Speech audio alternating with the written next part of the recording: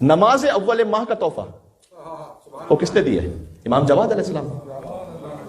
آپ میں سے بہت سے پڑھتے ہیں ماشاءاللہ.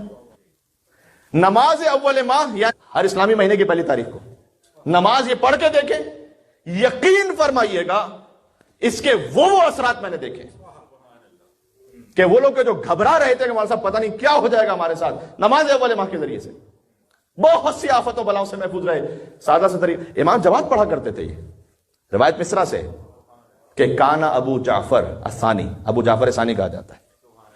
ابو جعفر یعنی امام محمد تقی علیہ السلام, وہ جب اذا داخل شہر الجدید, جب نیا مہینہ داخل ہوتا تھا تو یصلی, نماز پڑھتے تھے. پھر رکعت الاولا, پہلی رکعت میں الحمد مرتن, ایک مرتبہ الحمد, اور آگے لکھا ہوا ہے 30 مرتبہ تو مومنین پڑھتے ہیں. روایت جو لکھی وہ میں آپ کو سناؤں تو آپ کو اور لطف آئے گا. امام سورہ قل هو اللہ احد کو پڑھتے تھے جتنے دن اس مہینے میں ہونے والے ہوتے تھے. اب یہ چونکہ مجھ جیسے کم نصیب کو پتہ نہیں ہوتا کہ 29 ہے یا 30 ہے, لہذا علماء نے کہا 30 پڑھو احتیاط, ورنہ امام پڑھتے تھے اس عدد کے مطابق جو اس مہینے میں ہونے والا ہوتا تھا. جی یہ شیخ طوسی نے مصباح المتاجر میں اس طرح سے لکھا ہے اسے.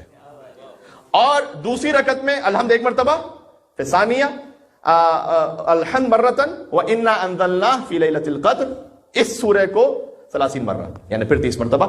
وہ بھی مثل ذالک لکھا ہوا ہے. امام اتنے ہی پڑھتے تھے جتنا کا وہ مہینہ ہونے والا ہوتا تھا, ہم 30 مرتبہ پڑھیں احتیاطاً. اس کے بعد یہ تصدق, نماز 2 رکعت ختم کریں, صدقہ دیں. یہ پہلی تاریخ کا عمل ہے. صدقہ دیں, پہلے سے کسی مستحق سے بات کر کے رکھیں تاکہ آپ کا جو صدقہ ہے وہ اس وقت ڈیلیور ہو جائے جیسے آپ صدقہ الگ کریں, کیونکہ صدقہ اس وقت صدقہ پہنچتا ہے کہ جب آپ مستحق تک پہنچا دیں, تاکہ آپ کو اس دن کا صدقہ بن جائے. بات واضح ہو رہی ہے؟ اپنی جیب سے نکال دینے سے, کہیں سائڈ پہ رکھ دینے سے بھی وہ صدقہ بنا نہیں صحیح طریقے سے. صدقہ جو اصل اس کا پراپر فائدہ اس وقت ملے گا کہ جب مستحق کے ہاتھ میں پہنچا. مستحق تو آپ اس دن پہنچا نہیں سکیں گے شاید, تو آپ پہلے سے بات کر کے رکھیں کہ جناب آپ کا ایک حق ہوگا میرے پاس ہے, میں انشاءاللہ آپ کو جب بھی فرصت ہوگی تو پہنچا دوں گا. ٹھیک ہے. بما یتسہل, امام اتنا صدقہ دیتے تھے جو آسان ہو. کو بہت زیادہ اگر آپ دیکھیں کیا ہی بات ہے, لیکن جتنا آسان ہو کم از کم اتنا نکالیں. بعض لوگ اس نیت سے نکالتے ہیں کہ مثلا فرض کے $30 سے نکال دیا, روزانہ کا $1, کم از کم یہ ایک آسان ترین ہے. 2 رکعت نماز, اس کے بعد صدقہ. اور حدیث میں آگے امام جواد علیہ السلام کے حدیث میں آگے وَمَعَ ذَلِكَ, اس نماز کے ذریعے سے یشتری سلامت کل شہر, وہ پورے مہینے کی سلامتی کو اللہ سے خرید لیتے ہیں.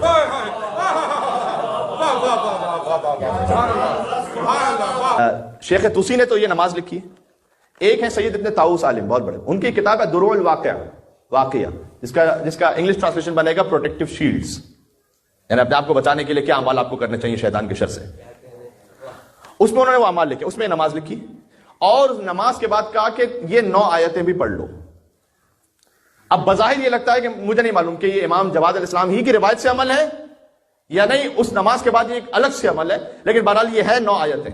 میں آیت نمبر کے ساتھ پڑھ دیتا ہوں, بعد میں ریکارڈنگ ہوگی, آپ دیکھ لیجئے گا. یہ میں اس لیے پڑھنا چاہتا ہوں کہ آپ موجودہ حالات میں دیکھیں نا, کووڈ وغیرہ یہ سب چیزیں, بڑی انسرٹنٹی, آپ کو جواب بہت کچھ جو آپ کے ذہن میں سوال آتے ہیں وہ قرآن کی آیتوں سے مل جائے گا, ان 9 آیتوں سے, چونکہ اس میں سلامتی کی بات ہو رہی ہے, اس میں تسلی دینے کی بات ہو رہی ہے.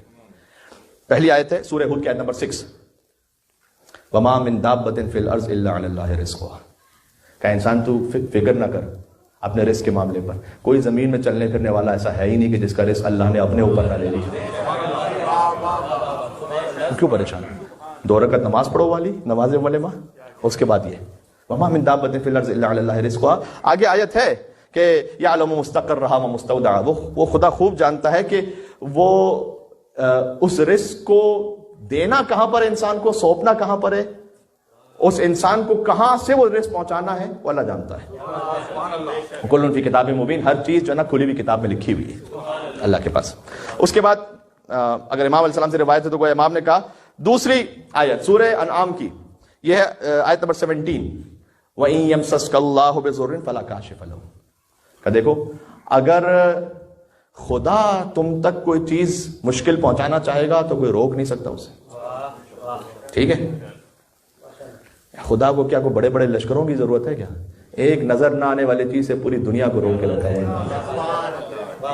کوئی لشکروں کی ضرورت. لوگ کہتے تھے ابابیل کا میں سمجھ میں نہیں آتا کہ ابابیل نے آ کے کیسے ہاتھیوں کو مارا ہوگا. ابابیل تو نظر تو آ رہے تھے نا کم از کم. لے آئیے کووڈ نظر آ رہا ہے کسی کو؟ نہیں. ہر ایک انسان پریشان ہے. ہاں وَإِن يَمْسَسْكَ بِخَيْرٍ، اور اگر اللہ خیر پہنچانا چاہے وَهُوَ عَلَىٰ كُلِّ شَيْءٍ قَدِيرٌ، تو ہر چیز پر قادر بھی. اللہم لا مانع لما اعطیت ولا معطی لما منعت. دعا میں پروردگار کوئی اسے روک نہیں سکتا جیسے تو دینا چاہے، کوئی اسے دے نہیں سکتا جیسے تو روکنا چاہے. عزت ذلت اللہ کے ہاتھ میں، بندوں سے نہ مانگے. اگر اللہ اب تک عزت پہنچانا چاہے گا کوئی روک نہیں سکتا اس کو. ساری دنیا مل کے جمع ہو جائے، اللہ کسی کو ذلیل کرنا چاہے کوئی اس کو روک نہیں سکتا. پھر اس کے بعد بسم اللہ الرحمن الرحیم دوبارہ سید ابن طاؤس نے لکھا سورہ طلاق کی 7ویں آیت، سیجعل اللہ بعد عسر یسرا. کا گھبراؤ نہیں، مشکل کے بعد اللہ آسانی دینے والا ہے. لیکن سیلف ایکسپلینیٹری ہے سب کچھ. سورہ کہف کی پھر آیت نمبر 39 کا ایک حصہ، ماشاء اللہ لا قوت الا باللہ. کہ دیکھو ہوتا وہی ہے کہ جو خدا چاہتا ہے.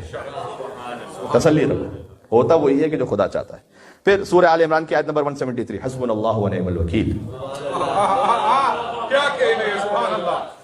صدقے میں امام جواد علیہ السلام کی ترتیب بھی سبحان اللہ. حسبنا اللہ ونعم الوکیل، خدا ہی بہترین کارساز ہے اور وہی کافی ہے. سورہ پھر آیت نمبر 6 یعنی اس تسلسل میں سورہ غافر کی آیت نمبر 44، وَفَوْضْتُ أَمْرِي إِلَى اللَّهِ إِنَّ اللَّهَ بَصِيرٌ بِالْعِبَادِ. یہ جانتے ہیں آپ آیت تفسیر. پروردگار میں نے اپنے امور کو تیرے سپرد کر دیا اور تو ہی اپنے بندوں سے باخبر ہے. پھر آیت نمبر 7ویں آیت سورہ انبیاء آیت نمبر 87، لا الہ الا انت سبحانک انی کنت من الظالمین. پروردگار ظلم میں نے کیا اپنے آپ، غلطی میری ہے، مانے اس بات کو. ٹھیک ہے. پھر سورہ قصص کی آیت نمبر 24، یہ 8ویں آیت ہے، رب انی لما انزلت الی من خیر فقیر. یہ میرے دل کے بڑی قریب آ جاتا ہے. کچھ آیت ہوتی ہیں آپ کو بہت ہارڈ ٹچنگ، آپ کے دل پہ لگتی جائیں. یہ بتا کیا ہے؟ حضرت موسیٰ کا کلام ہے. کیا بات ہے. حضرت موسیٰ علیہ السلام نے ایک قتل کر دیا مصر میں، وہاں سے اس خوف سے نکلے، ہجرت کیے. فخرج موسیٰ من قومہ خائفا یترقب. قرآن میں کہ موسیٰ علیہ السلام نے اپنی قوم سے خوف کے عالم میں ہجرت کی. اجازت دیں کہ میں ایک جملہ کہوں جہاں تک مومنین ہے. مولا کائنات سے جب آخر وقت میں پوچھا گیا تھا کہ علی انت افضل ام موسیٰ، آپ افضل ہیں یا موسیٰ؟ کہا نا افضل، میں افضل ہوں. کہا مولا لما، کیوں؟ کہا اللہ سبحانہ وتعالیٰ نے موسیٰ علیہ السلام کے لیے کہا کہ جب وہ ہجرت کر رہے تھے تو خوف کے عالم میں، ڈر کے عالم میں نکل رہے تھے. اور کہا جب میں شب ہجرت بستر رسالت پر سویا تو علی نے کہا کہ وہ نیند مجھے نصیب ہوئی کہ ایسی نیند کبھی زندگی میں نصیب ہی نہیں ہوئی. سکون تھا مجھے.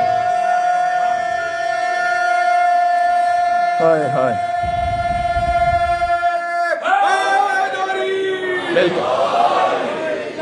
پہنچے مدین، حضرت موسیٰ علیہ السلام پریشان، کچھ نہیں ہے. گھر تو چھوڑ دیجئے کہ کہیں پناہ گاہ کوئی ملے، کو کھانے کے لیے کچھ نہیں ہے. بیٹھے میں اور یہ کہہ رہے ہیں کہ رب اے میرے پروردگار انی لما انزلت الی من خیر فقیر. تو چھوٹا سا بھی کوئی خیر میری طرف بھیج دے تو میں اس کا فقیر ہوں. کہ یہ آیت پڑھو، تم نماز اول ماہ میں آیت پڑھو، چھوٹا سا بھی کوئی خیر بھیج دینا تو میں فقیر ہوں اس وقت اس کا. آخری آیت سورہ انبیاء کی آیت پڑھیں، آیت نمبر 89، رب لا تذرنی فردا وانت خیر الوارثین. پروردگار تو مجھے بے سہارا نہیں چھوڑنا، بغیر وارث کے نہیں چھوڑنا. یہ آپ نماز اول ماہ میں سبحان اللہ. اس کے بعد یہ 9 آیتیں پڑھیں. میں چیلنج وغیرہ کرنا نہیں چاہیے، امام علیہ السلام کے کلام کی روشنی میں اتنی جرت آگے کہہ رہا ہوں. آپ کی زندگی نہ بدل جائے آپ میری مجلس سننا چھوڑ دیجیے گا، لیکن اس کو آپ تھوڑا سا کنٹینیوشن میں رکھیں. میں تو یہاں تک کہہ رہا ہوں کہ جن مومنین نے ایک مرتبہ خالی ایک مہینہ یہ عمل کیا نا، انہوں نے کہا مولانا صاحب یہ مہینہ ہی کچھ الگ گزرا ہے باقی زندگی سے. اتنا سے کہہ رہا ہوں. ٹھیک ہے.